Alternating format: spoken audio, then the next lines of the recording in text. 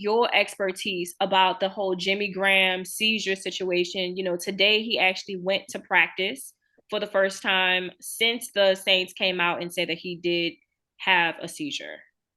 Jimmy Graham has played football for many years, and a lot of folks that have played football have what's called CTE. And this is this head injury that we've had a lot of issue with, and we know a recent study came out to say that people with have played football for extended periods of time in their life actually have an increased risk of Parkinson's disease. So, did Jimmy Graham have a seizure, and he was just walking around, wandering, and had a seizure and did not just fall down, did not have a grand mal seizure? There are seizures that exist where that can actually happen.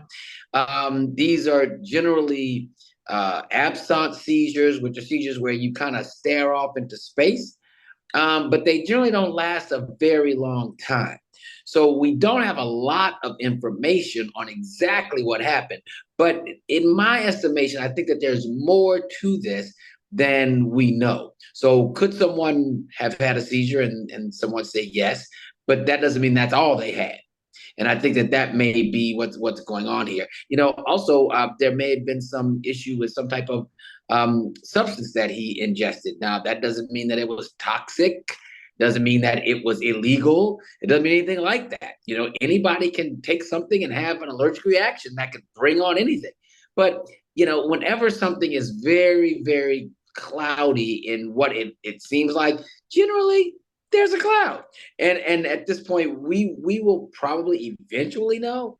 But right now, it seems a little bit, not full disclosure to say that he had a seizure while wandering around. Everything is copacetic now, and then he's back on the field. That generally, it doesn't really make a lot of sense to me. So would you say that we just still need to know, or maybe actually wait it out and see what his doctor has to say about it? Honestly, I would say if the Saints if they allow Jimmy to play, I don't think Jimmy Graham's doctor is ever going to say anything. Why would he? Right? I mean, or she? Because the point is, you don't want to come out and say anything more is wrong if the person that's paying you is saying we good. You understand what I'm saying? So Yeah. at this point, I don't. We may not hear anything about this again because nobody wants. I mean, Jimmy's doctor doesn't want to put him out there to say that his stock will go down because he's got a possibility of seizure disorder. I mean, because you got to think about it like this. At this point, Jimmy Graham theoretically wouldn't be able to drive a car. I mean, if you have a known seizure disorder and you had a seizure and you're not medicated and he doesn't have a chronic seizure disorder, then it may be that, there's a lot going on here, in my opinion, that we do not know. And we may never know. Like how many licks does it take to get to the Tootsie Roll Center for Tootsie Pop?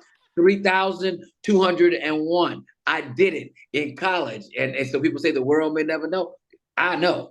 But one thing I may not ever know is what's up with Jimmy Graham and his seizure.